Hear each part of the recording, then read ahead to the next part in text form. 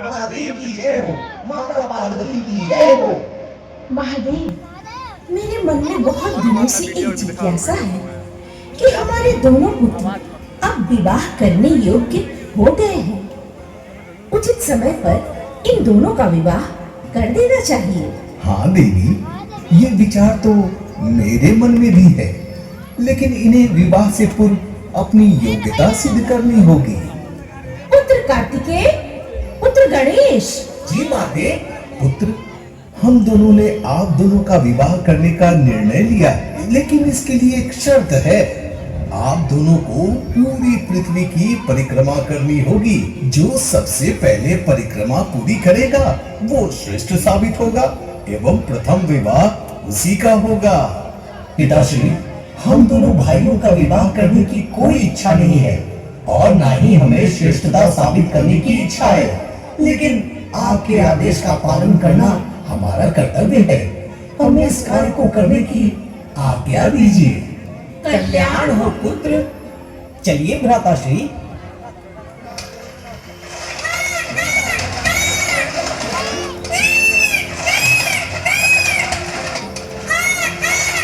आप क्यों विलंब कर रहे हैं गणेश भैया? कार्तिक भैया तो अपने सवारी मोर के साथ परिक्रमा के लिए निकल गए और आप यहाँ अभी तक सोच ही रहे हैं। क्या करे नंदी भैया, मेरी सवारी तो मुसक है, मुझे थोड़ा सोचने का मौका तो दीजिए। शास्त्रों में माता को पृथ्वी और पिता को आकाश माना गया है। इस प्रकार माता पिता ही संपूर्ण जगत है और ये भी सत्य है कि संतान का परिचय इस जगत में माता पिता ही कराते हैं। इसलिए अपने माता पिता का परिक्रमा करना ही मेरे लिए उचित होगा। गौरम करुणावतारम संसार सारम भुजगेन्द्रहारम सदा वसंतम हृदयारविंदे भवं भवानी सहितं नमामि भवं भवानी सहितं नमामि। माता श्री पिता श्री को सादर प्रणाम। अपना प्रयोजन कहो पुत्र। मेरे लिए तो माता पिता ही संपूर्ण जगत है। मैंने तो आप दोनों की 3 परिक्रमा कर तीनों लोकों की परिक्रमा से ज्यादा पुण्य प्राप्त कर लिया है। पुत्र गणेश, तुम्हारी बुद्धिमत्ता और प्रतिभा से मेरा मन प्रसन्न हुआ। आज तुमने अपनी श्रेष्ठता साबित कर दी है। आज से तुम इस जगत में प्रथम पूजनीय हो गए हो पुत्र। गजाननाय गणाध्यक्षाय नमो नमः। विनायकाय प्रमुखाय गणपति नमो नमः। एकदंत भगवंत गणपति नमो नमः। वक्रतुंड गणराय गणपति नमो नमः। हालचंद लंबोदर गणपति नमो नमः। आज से जगत में आदि अनादि काल तक जो कोई भी अपने माता पिता की पूरी निष्ठा और श्रद्धा पूर्वक सेवा करेगा और उनका आदर सम्मान करेगा, उसे किसी तीर्थ और पूजा पाठ की आवश्यकता नहीं होगी। उन पर मेरी सदैव कृपा बनी रहेगी। माते, बहुत दिनों से मेरे मन में एक जिज्ञासा है। पुत्र, तो लो सुनो। यह घटना पूर्व काल की है। यह अधर्म पर धर्म की विजय की कहानी है। उस काल में रक्तबीज नाम का एक राक्षस था। उसे आपके पिताजी से वरदान मिला था कि उसका रक्त भूमि पर गिरने के साथ ही उसी के जैसा ही बलशाली राक्षस उत्पन्न हो जाता था। ऐसा वरदान पाकर वह अहंकारी हो गया था। निर्दोष प्राणियों की हत्या करता रहता था। एक दिन की बात है, मैं बहन लक्ष्मी और बहन सरस्वती के साथ हिमालय पर्वत पर विचरण कर रही थी। उसी समय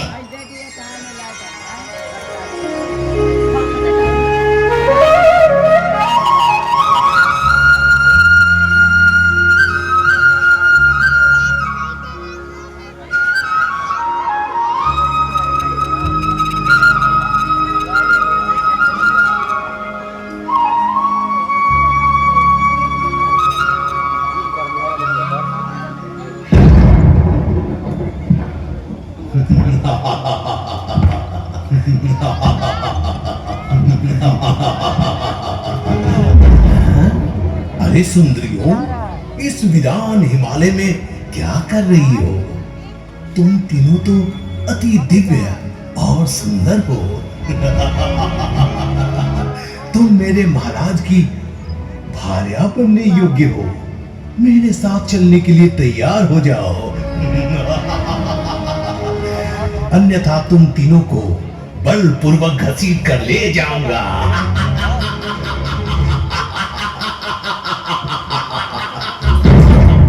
वहीं रुक जाओ दुष्ट, तनिक भी आगे बढ़े तो जलकर भस्म हो जाओगे। अरे मुझे डराना चाहती हो? मैं सेनापति धूम्रलोचन हूँ। बड़े बड़े देवी देवता तो मेरे नाम से ही डरते हैं।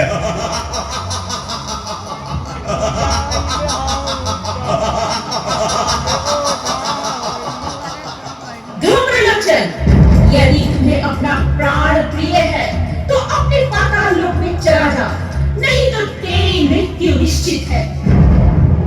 लगता है तुम तीनों को बलपूर्वक ही ले जाना पड़ेगा।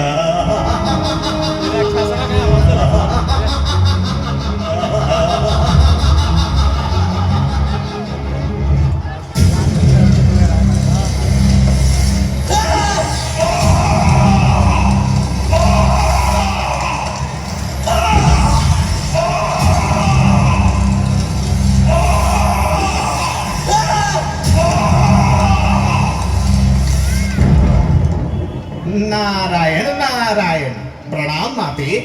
कल्याण हो। कहिए, क्या खबर लाए हैं देवर्षि नारद? माते, आप तो सर्वव्यापी हैं। नारायण नारायण। फिर भी यदि आप पूछ रही हैं तो मैं बता ही देता हूँ। महादेव से वरदान पाकर रक्त बीज नामक राक्षस ने तीनों ही लोगों में आतंक मचा रखा है। नारायण नारायण।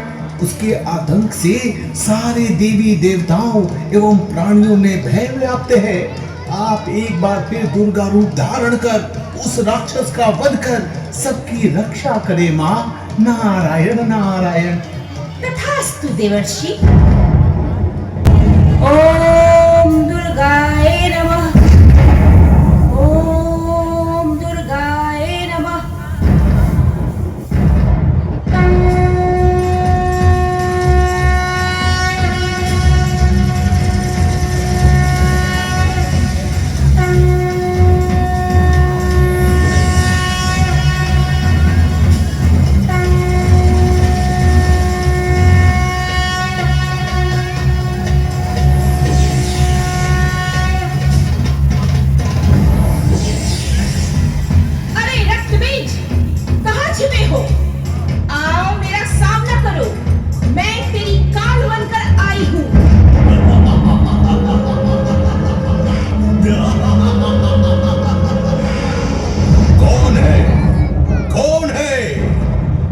शामत आई है जो अपनी मौत को ललकार रही है।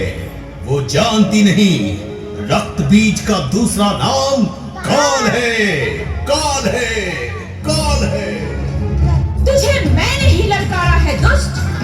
तूने मौत का बहुत तांडव कर लिया। आज ये सारा ब्रह्मांड तेरे मौत की साक्षी बनेगा।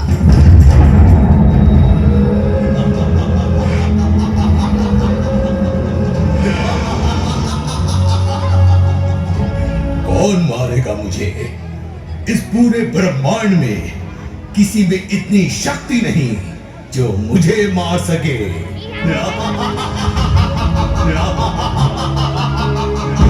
अरे अहंकारी, तेरी मौत तेरे सामने खड़ी है। आ, रणभूमि में मेरा सामना कर। रणभूमि स्त्रियों के लिए नहीं होती सुंदरी। रणभूमि तो योद्धाओं के लिए होती है। और तुम तो एक अबला नारी हो। और नारी तो सिर्फ सेवा करने के लिए होती है। मुझे अबला नारी समझने की भूल कर रहा है दुष्ट। मैं महिषासुरमर्दिनी चंड मुंड का वध करने वाली आदि शक्ति दुर्गा हूँ। तू कोई भी हो, तुम चलो मेरे साथ। मैं तुम्हें स्वर्गलोक की महारानी बनाकर रखूंगा। तुम्हें वहां इस संसार की सर्वोत्तम सुख की अनुभूति होगी। रक्तबीज!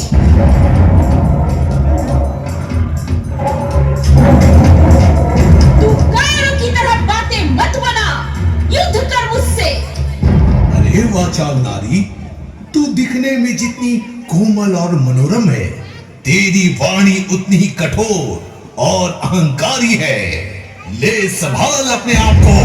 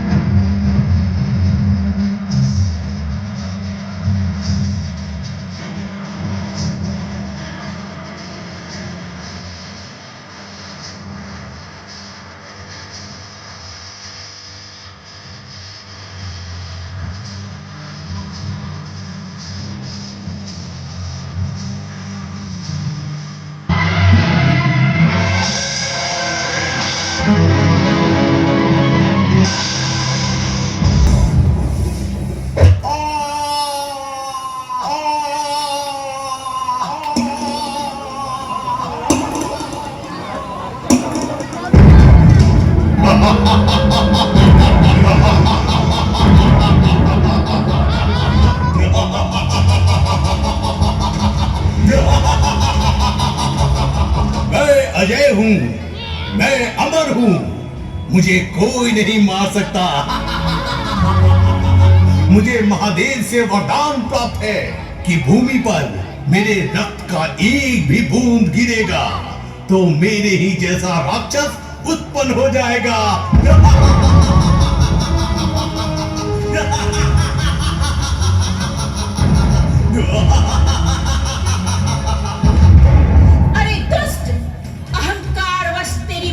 भ्रष्ट हो चुकी है। तो यह भूल गया है कि इस संसार का एक ही नियम है, जिसका जन्म होता है उसकी मृत्यु निश्चित है। तेरा अंत करने के लिए मुझे कालिका का आह्वान करना ही पड़ेगा। चामुंडा देवी, प्रकट हो बहन, प्रकट हो।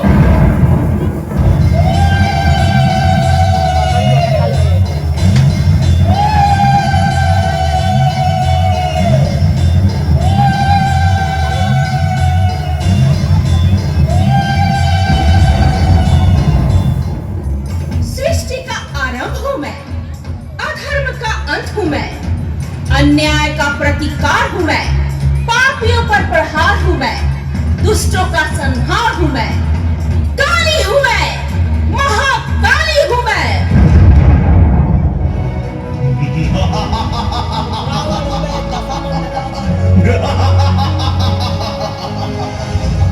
तेरा ये मायावी रूप मेरा कुछ नहीं बिगाड़ सकता।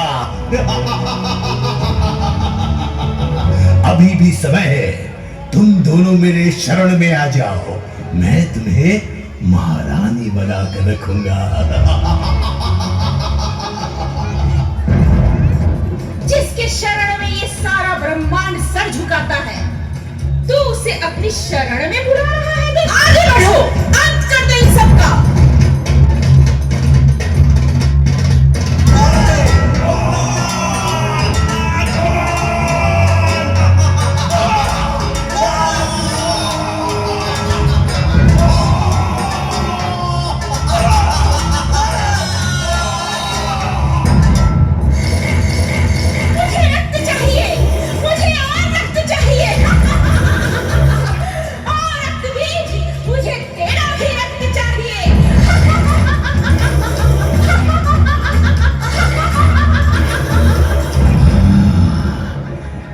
मायावी नारी, तूने मेरे भ्राता को मार डाला।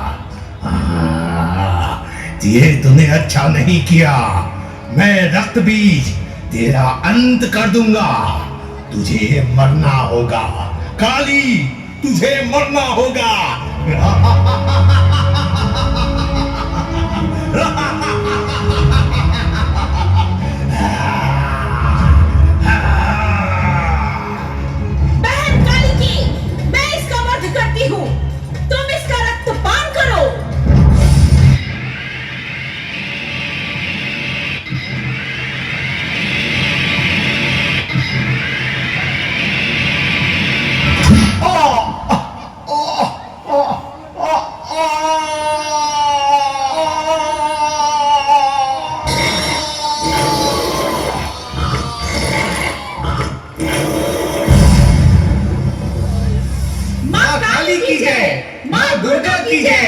सच्चे दरबार की जय।